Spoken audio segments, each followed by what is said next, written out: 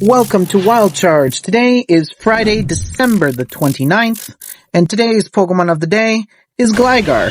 Gligar glides through the air without a sound as if it were sliding. This Pokemon hangs on to the face of its foe using its clawed hind legs and huge pincers on its forelegs. Then injects its prey with a poison barb. Whew. I almost couldn't say that. That sounds scary. It is part of an evolution chain. Gligar, who then evolves into Gliscor. Check in tomorrow for the next Pokemon of the day, and be very careful not to mess with this ground-flying scorpion.